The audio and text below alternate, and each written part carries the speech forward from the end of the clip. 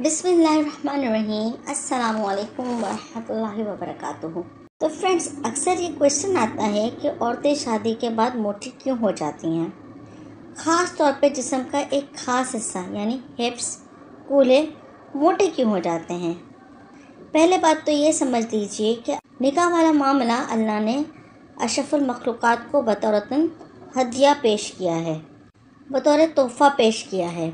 अल्लाह पाक चाहते तो नस्ल को वैसे ही बढ़ा सकते थे, लेकिन नहीं, अल्लाह पाक के निज़ाम पे हम कुर्बान जाएं कि अल्लाह पाक ने एक बेहतरीन निज़ाम को हमारे लिए बनाया।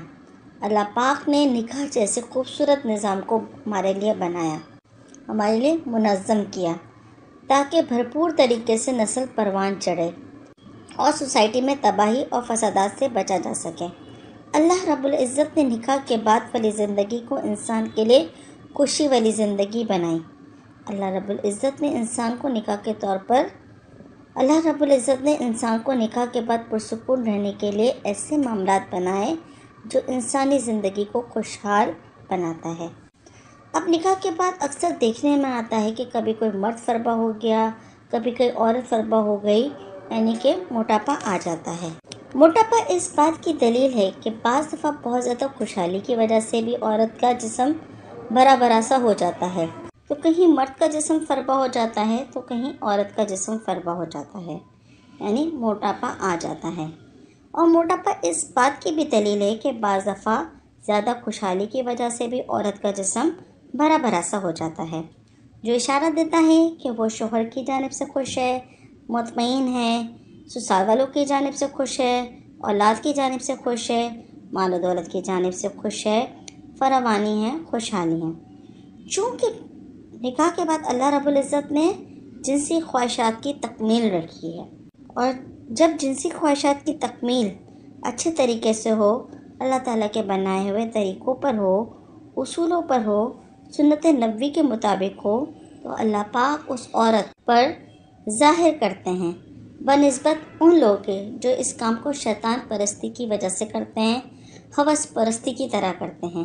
उन लोगों को दिखाया जाए, और वो लोग जो सुन्नत नबवी के मुताबिक ये मामलात करते हैं, हम में और उनमें, शैतान परस्त लोगों में ज़मीनों आसमान का फ़र्क देखा गया है।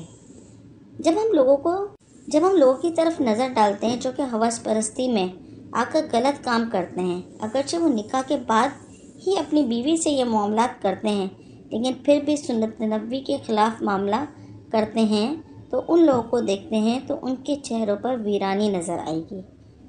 वो औरतें जो अपने शौहरों की ख्वाहिशात को पूरा करती हैं, अपने शौहर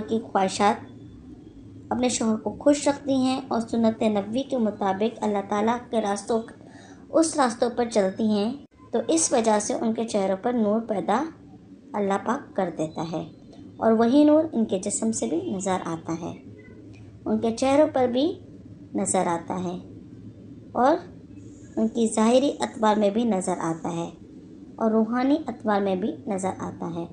तभी औरतों में ये नज़र आता है कि वो मोटी हो गई हैं, खुशहाल नज़र आती हैं। चूँकि निकाह के बाद जिनसी ख्वाहिशात की तकमील करते हुए जब एक मियाँ बीवी आपस में मिलते हैं तो उन दोनों के हार्मोन्स आपस में टकराते हैं, और इस तरह औरत और मर्द दोनों में एक नए खून की पैदाइश वजूद में आती है। जब रोज़ाना गंदा खून निकलता है और नया खून बनता है, तो दोनों के चेहरों पे खून की सुर्खी नज़र आती है। अल्लाह रब्बुल इज़्ज़त ने निकाह को ऐसे ही बाबरकत नहीं बनाया।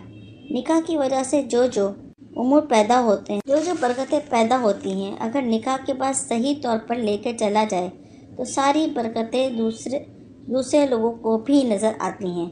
और चूँकि जब एक मर्द एक औरत से फ़ायदा उठाता है, उस औरत को अपने इस्तेमाल में लाता है, जब वो पहले वाली ज़िंदगी थी, बकारत वाली ज़िंदगी थी, वो ख़त्म हो जाती है। अब जबकि एक शादीशुदा ज़िंदगी में वो एक मर्द की ख्वाहिश की तकमील के लिए पहुँचती है, तो अल्लाह रब्बुल इज़्ज़त उसके नतीजे में उसको बरकतों से नवाजते हैं। और ऐसे में लोग कहते हैं कि औरत मोटी हो गई है, और आज के दौर में लोगों की ये सोच गलत है, और गलत सोचते हैं और कहते हैं कि ये लोग गलत काम कर रहे हैं, पीछे की जानिब से दखुल कर रहे हैं, इस वजह से औरत के कूल्हे भारी हो गए हैं, موٹے ہو گئے ہیں، یہ اس لیے نہیں ہوتا۔ یہ اس وقت ہوتا ہے جب ایک عورت ایک مرد کے جنسی استعمال میں آتی ہے۔ کھلم موٹے ہونا یہ جنسی خواہشات کی تکمیل کی وجہ سے ہوتے ہیں۔ اس وجہ سے لوگوں پر بہتان لگانا سخت غلط ہے، اور دین اسلام میں اس بات کی سخت ممانعت ہے کہ کسی پہ غلط بہتان لگایا جائے۔ اللہ ہم سب کو دین کے راستے کی سمجھ عطا فرمائے اور دین پہ چلنے کی توفیق عطا فرمائے، آمین ثم آمین۔ امید کرتی ہوں آج کا ٹاپک آپ کی سمجھ میں آ گیا ہوگا کہ عورتیں کیوں موٹی ہو جاتی ہیں، کیا وجہ ہوتی ہے۔